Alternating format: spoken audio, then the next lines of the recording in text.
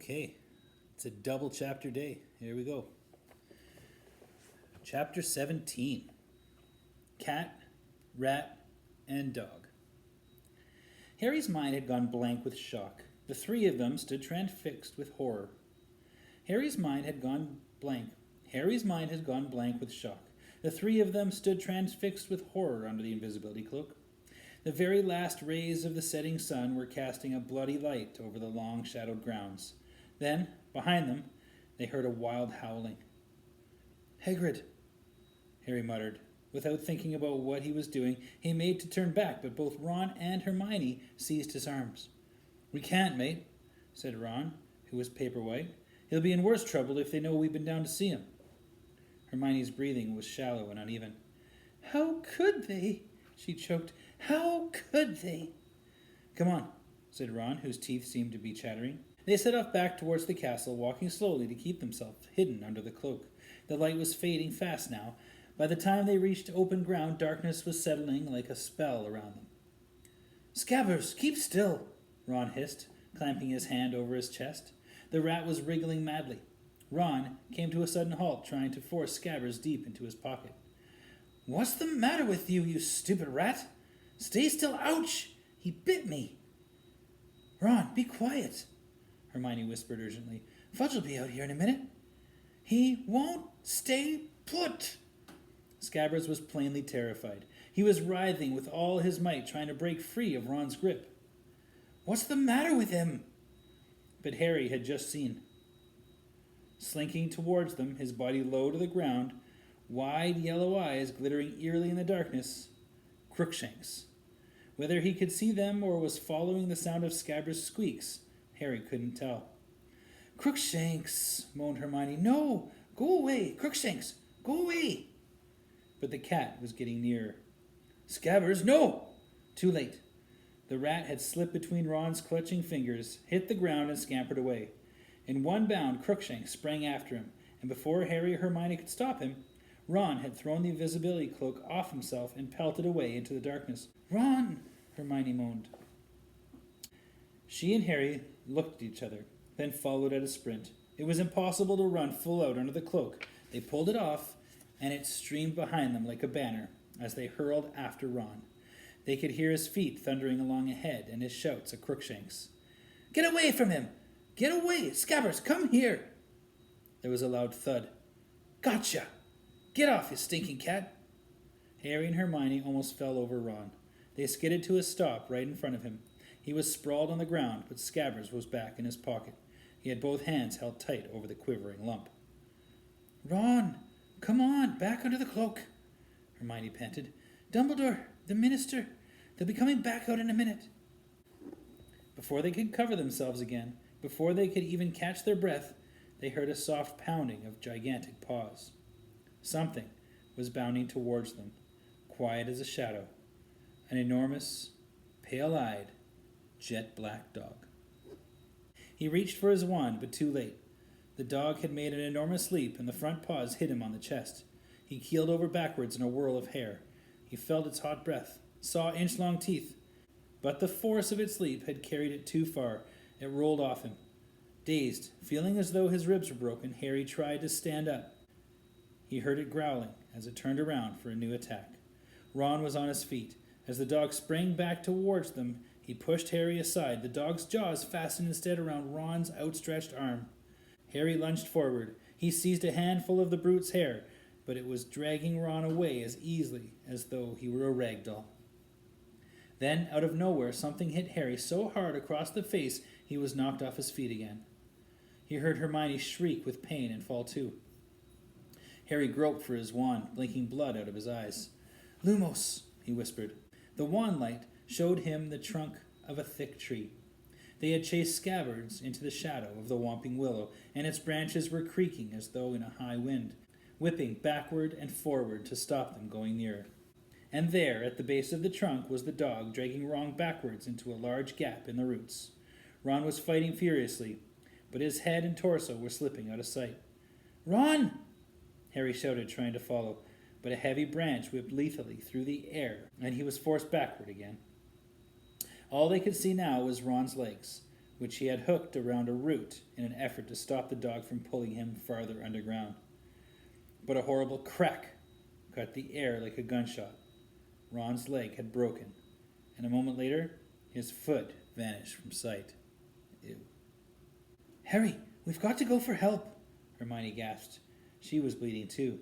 The willow had cut her across the shoulder.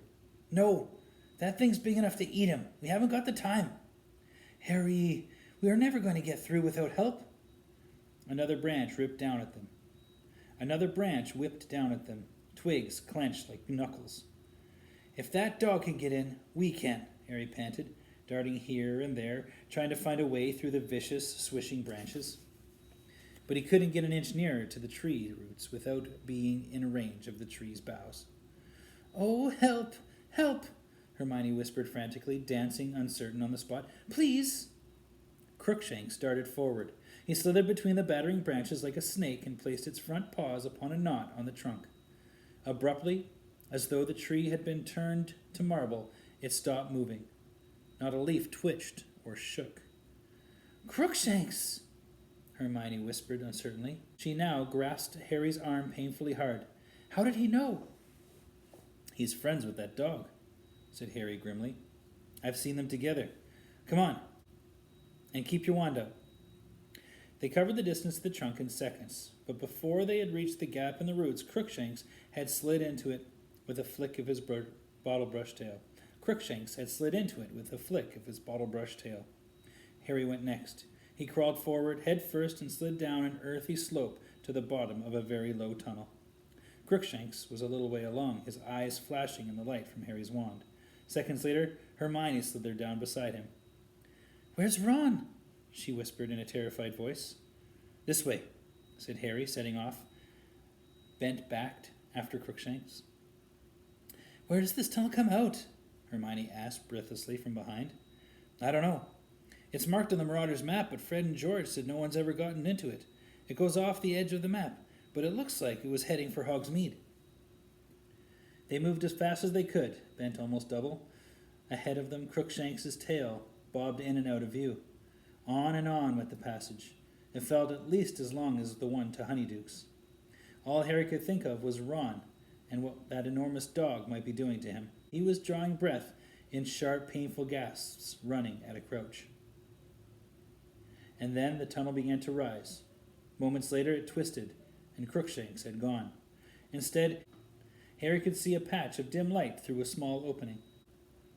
He and Hermione paused, gasping for breath, edging forward. Both raised their wands to see what lay about. It was a room, a very disorderly, dusty room. Paper was peeling from the walls. There was stains all over the floor. Every piece of furniture was broken as though somebody had smashed it. The windows were all boarded up. Harry glanced at Hermione, who looked very frightened, but nodded. Harry pulled himself out of the hole, staring around. The room was deserted, but a door to their right stood open, leading to a shadowy hallway. Hermione suddenly grabbed Harry's arm again. Her wide eyes were traveling around the boarded windows. "Harry," she whispered, "I think we're in the Shrieking Shack." Harry looked around. His eyes fell on a wooden chair near them. Large chunks had been torn out of it. One of the legs had been ripped off entirely. "Ghosts didn't do that," he said slowly. At that moment there was a creak overhead. Something had moved upstairs. Both of them looked up at the ceiling. Hermione's grip on Harry's arm was so tight that he was losing feeling in his fingers. He raised his eyebrows at her. She nodded again and let go. Quietly as they could, they crept out into the hall and up the crumbling staircase. Everything was covered in a thick layer of dust except the floor, where a wide, shiny strip had been made by something being dragged upstairs. They reached the dark landing. "Nux," they whispered together, and the lights at the end of their wands went out. Only one door was open. As they crept toward it, they heard movement from behind it, a low moan, and then a deep, loud purring. They exchanged a last look, a last nod. Wand held tightly before him, Harry kicked the door wide open. On a magnificent four-poster bed with dusty hangings lay Crookshanks, purring loudly at the sight of them. On the floor beside him, clutching his leg, which stuck out at a strange angle, was Ron. Harry and Hermione dashed across to him. "Ron, are you okay? Where's the dog?" "Not a dog," Ron moaned. His teeth were gritted with pain. "Harry, it's a trap." "What?" "He's the dog. He's an animagus." Ron was staring over Harry's shoulder. Harry wheeled around. With a snap, the man in the shadows closed the door behind them. A mass of filthy, matted hair hung to his elbows. If eyes hadn't been shining out of the deep, dark sockets, he might have been a corpse. The waxy skin was stretched so tightly over the bones of his face, it looked like a skull. His yellow teeth were barred in a grin. It was Sirius Black. "Expelliarmus!" he croaked, pointing Ron's wand at them. Harry and Hermione's wands shot out of their hands, high in the air, and Black caught them. Then he took a step closer. His eyes were fixed on Harry. "I thought you'd come to help your friend," he said hoarsely. His voice sounded as though he had long since lost the habit of using it. "Your father would have done the same for me. Brave of you, not to run for a teacher. I'm grateful. It will make everything much easier." The taunt about his father rang in Harry's ears, as though Black had bellowed it. A boiling hate erupted in Harry's chest, leaving no place for fear.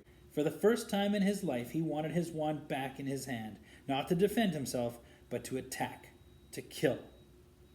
Without knowing what he was doing, he started forward. But there was a sudden movement on either side of him, and two pairs of hands grabbed him and held him back. "No, Harry," Hermione whispered. Hermione gasped in a petrified whisper. Ron, however, spoke to Black. "If you want to kill Harry, you'll have to kill us too," he said fiercely, though the effort of standing upright was draining him of still more of his color, and he swayed slightly as he spoke. Something flickered in Black's shadowed eyes. "Lie down," he said quietly to Ron, "or you'll damage that leg even more. Did you hear me?" Though he was clinging painfully to Harry to stand up. "You'll have to kill all three of us." "There'll only be one murder here tonight," said Black, and his grin widened. "Why's that?" spat Harry, trying to wrench himself free of Ron and Hermione. "Didn't care last time, did you? Didn't mind slaughtering all those muggles to get to Pettigrew? What's the matter? Gone soft in Azkaban?" "Harry," Hermione whispered, "be quiet. He killed my mom and dad." And with a huge effort, he broke free of Hermione and Ron's restraint and lunged forward. He had forgotten about magic. He had forgotten that he was short and skinny and 13, whereas Black was a tall, full-grown man. All Harry knew was that he wanted to hurt Black as badly as he could, and that he didn't care how much he got hurt in return.